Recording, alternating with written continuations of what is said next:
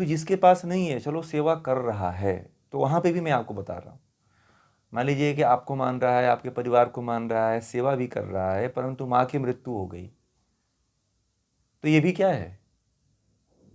आप जिसके प्रति पूरा परिवार, आपका भाई बहन माता पिता पूरा जो लगा हुआ था, और पूरा अपना बहुत कीमती वक्त लगा करके दोनों सेवा कर रहे थे, आप भी सेवा कर रहे थे, आप भी वहाँ खुश थे, अंत में जब माँ मर गई तो क्या हुआ? भ्रम में थे कि नहीं थे? सबको दुख हुआ कि नहीं हुआ? फिर आप सोच रहे थे कि हम माँ की सेवा कर रहे हैं, और माँ की सेवा करके मैं सब कुछ प्राप्त कर लूँगा। सेवा करना भी चाहिए, सबको करना चाहिए, परंतु वहाँ पे दुख हुआ कि नहीं? दुख हुआ कि मैंने जो जीवन का बहुत अमूल्य समय दिया था और जिसको सब कुछ मान लिया था, उससे भी मुझे दुख मिला। आपने मानना किसको है?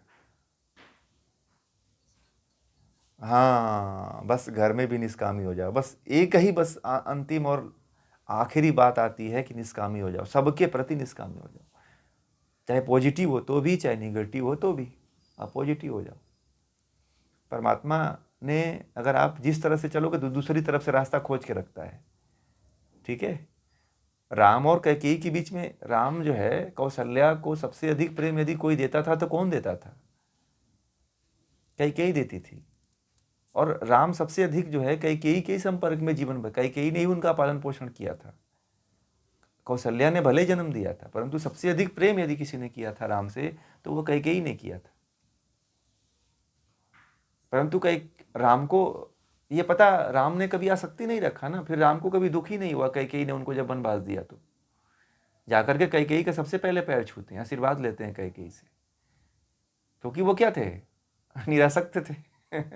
क्योंकि उनका कोई लगाव ही नहीं था कि इसने प्रेम दिया है तो मुझे फिर मुझे क्यों भेगी। ने दूसरा लड़का होता तो कहता कि तू तो बड़ा निर्दयी है, तू मुझे इतना खिलाती थी, इतना पिलाती थी, मुझे इतना प्रेम करती थी, और तू ही मुझे सबसे अधिक वन में भेज दी।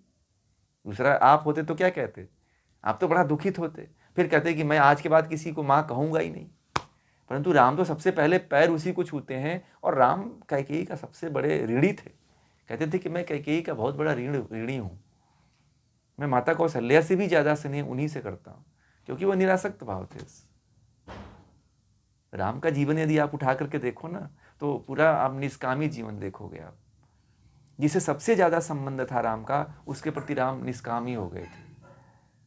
उसके प्रति कभी कामना थी ही नहीं कि कई हमें जो है बहुत प्रेम कर रही है तो मुझे वन में नहीं भेजेगी। राम को ये पता था, फिर भी राम ने कभी उसको एक शब्द अपशब्द नहीं बोला, परंतु भरत ने तो अपशब्द कह दिया था कि तू,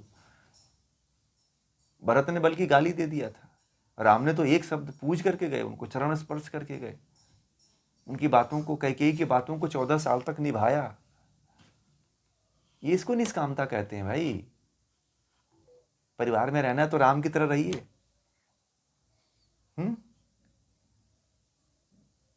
गांव के एक धोबी ने कह दिया कि पत्नी को त्याग दो, तो निष्कामता ऐसा देखो कि उस पत्नी से, जो पत्नी एकदम प्राणों से प्रिय थी, उसको कहे कि तुम जाओ, रातों रात भिजवा दिए। इसको निष्कामता कहते हैं कि जो सबसे आपकी कीमती वस्तु है, उसको भी आप त्याग दो क्षण। अभी अभी मैं कहूं कि आप अपने बच्चे को त्याग दो, तो त्यागने की क्षमता है आपके भीतर? नहीं त्यागोगे। परंतु राजा दशरथ के अंदर इतनी बड़ी निष्कामता थी कि विश्वामित्र और आए और कहे कि मुझे आपका दोनों बेटे चाहिए। थोड़ा सा भी देरी नहीं करते हैं, राजा दशरथ कहते हैं कि राम और लक्ष्मण को बुलाओ और राजा विश्वामित्र के साथ भेज दो वन में। कैकेयी और सुमित्रा और कहने लगी कि कौशल्या और सुमित्रा कहने लगी कि अजीब आदमी हुआ, कोई बात न चीत न, बच्चे अभी खेल ही रहे तब तक आप उनके सामने भेज दिए। हम लोगों से कोई मिले भी नहीं, गले भी नहीं मिले भी नहीं, बातचीत भी नहीं, मैं उनसे अच्छी तरह से मुंह भर के बात भी नहीं की, और आप विश्वामित्र के साथ लगा दिए। बोले कि यही तो निष्कामता है।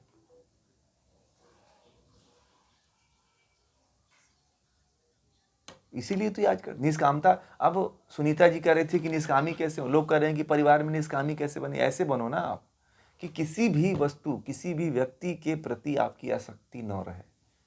आपको कह दिया जाए कि आज अपने पैसे को उठा करके मुझे दे दो। राजा हरिश्चंद्र ने को क्या कहा गया? विश्वामित्र ने कहा राजा हरिश्चंद्र से कि मुझे अपना पूरा राजपाट दे दो। एक क्षण भी नहीं लगाया और तुरंत दे दिया उनको, पूरा राजपाट दे दिया, पूरा राजपाट दे दिया। जी।